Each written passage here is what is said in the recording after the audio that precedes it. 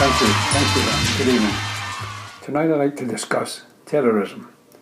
The media would have us believe that terrorists are well-trained, high-tech individuals and they're well-funded. I don't believe it for a minute. I believe that most terrorists are not too bright, ill-trained and have no resources whatsoever. I believe it is pure luck when they hit a target. You rarely hear about their stupidity and failures. For example, there was a terrorist who was told to blow up a bus and he burned his lips on the exhaust pipe. To raise money, terrorists get into all kinds of activities, including kidnapping, hijacking, murders, all kinds of things.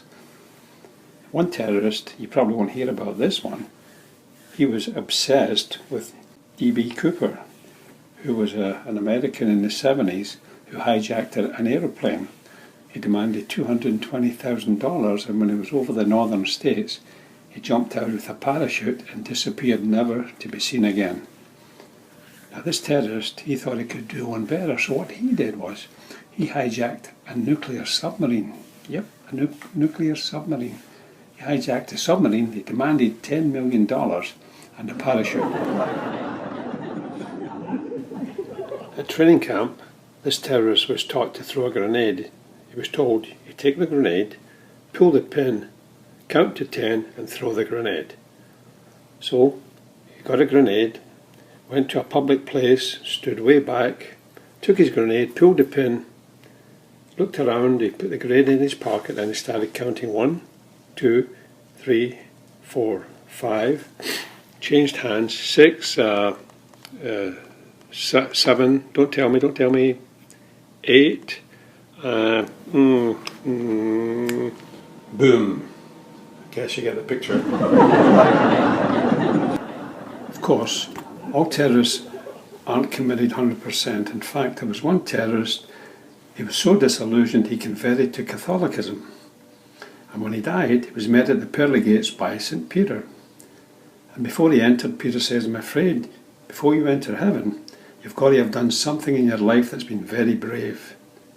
So the terrorist thought for a moment and thought, I believe I did. And Peter said, what was that? He said, well, once I went into our biggest mosque and in front of 1,000 dedicated Muslims, I denounced Islam.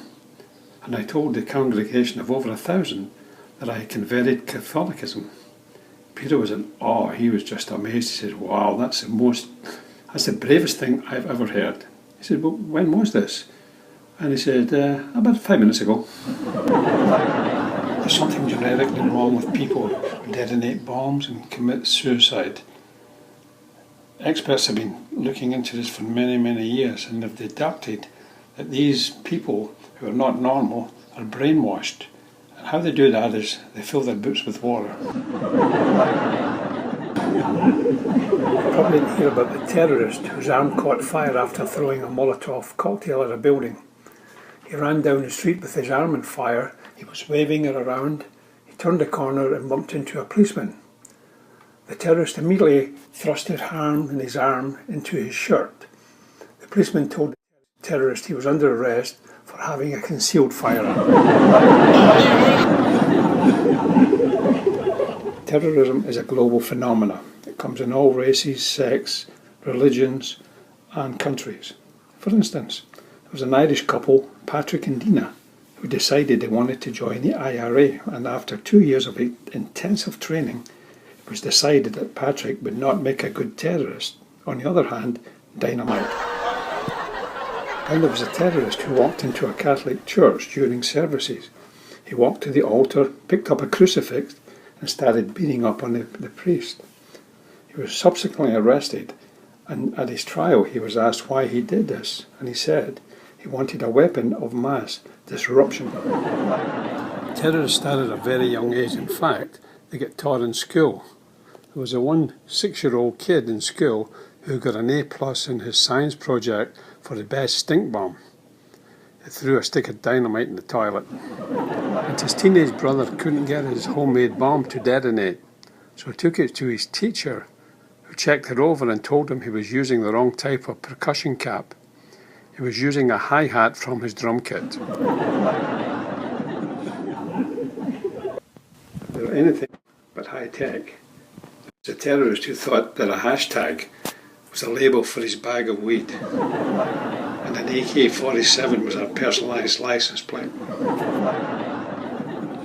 Terrorists come with all kinds of problems. For example, take the dyslexic terrorist who said he thought that public enema number 1 was a medication for his constipation. Then there was a terrorist who was accused of being a dope peddler, and he said, "I might be stupid, but I can't even ride a bicycle." How about the terrorist who was caught sleeping on the grass outside a synagogue, and she woke up with a heavy dew on her? And the same terrorist, he thought that Beirut was a street in San Francisco. How about the terrorist who blew up the largest tile factory in Iraq? He was caught in the explosion and his private parts just got shattered with flying tiles, which made him impotent, and at the hospital they diagnosed him with erectile dysfunction. They also believe that the terrorist handbook was written by Osama bin Laden and is called The Big Bang Theory. Contrary to popular belief, terrorists do have a sense of humour. Now, the reason they don't have comedy clubs like this one in Afghanistan or Iraq is they're afraid of two things. They're afraid that their comedians may raise the roof or bring the house down. Not all terrorists are stupid. In fact, the guys at the top, they're pretty smart and they're dedicated. They truly believe in suicide bombings. Only problem is they don't want to be there when it happens. I'd like to end tonight's show with a little magic trick. I used to be a magician and I like to end all my shows with a little magic. So what I like to do is, I'd like to disappear in front of your very eyes. So here goes. 1, 2, 3. Disappeared. I'm not really I'm still here, I'm just invisible. So now the hard part, I'm going to make myself reappear. So here we go. 1, 2, 3. 1, 2, 3. Oh. Abracadabra. Hocus pocus. Well, I guess it ain't working. All I can say now is thank you and good night.